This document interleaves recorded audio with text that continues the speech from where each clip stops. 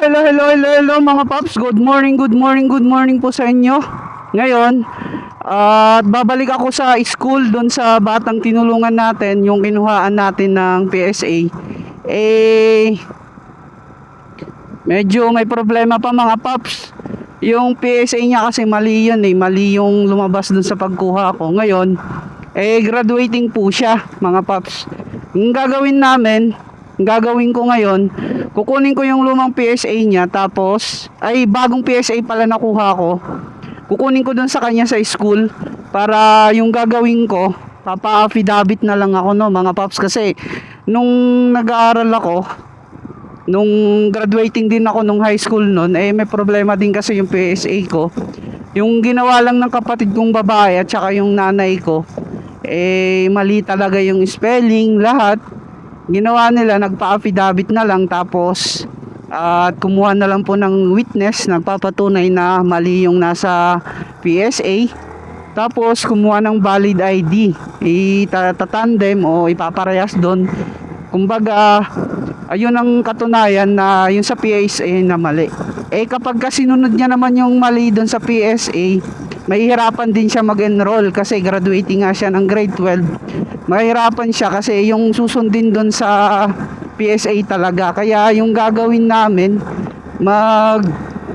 papa-affidavit na lang ako, no? Yun na lang yung pinaka the best way para maitama o tama yung mailagay doon sa diploma niya, para pag nagpa-enroll siya, yung babaguhin niya lang, ipapaayos niya yun sa PSA, hindi na yung lahat ng document niya. Kasi kapag sinunod niya yung sa PSA niya, yung lahat ng document niya kasi yung mga valid niya, yung lumabas dun at yung ginamit niya ay yung tama.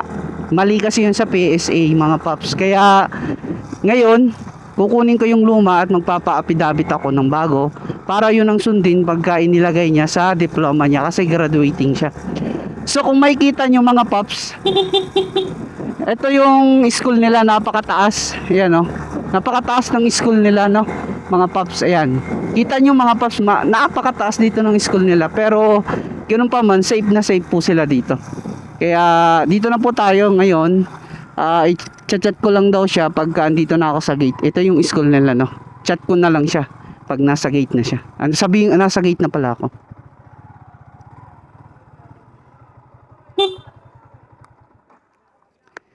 Be, patawag na si Loida. Si Loida. Oo, Sonia. Di pa rin ayos. Papa-affidavit na lang. Pinaka the best way. Hay ka naman. Hay ka. Ha?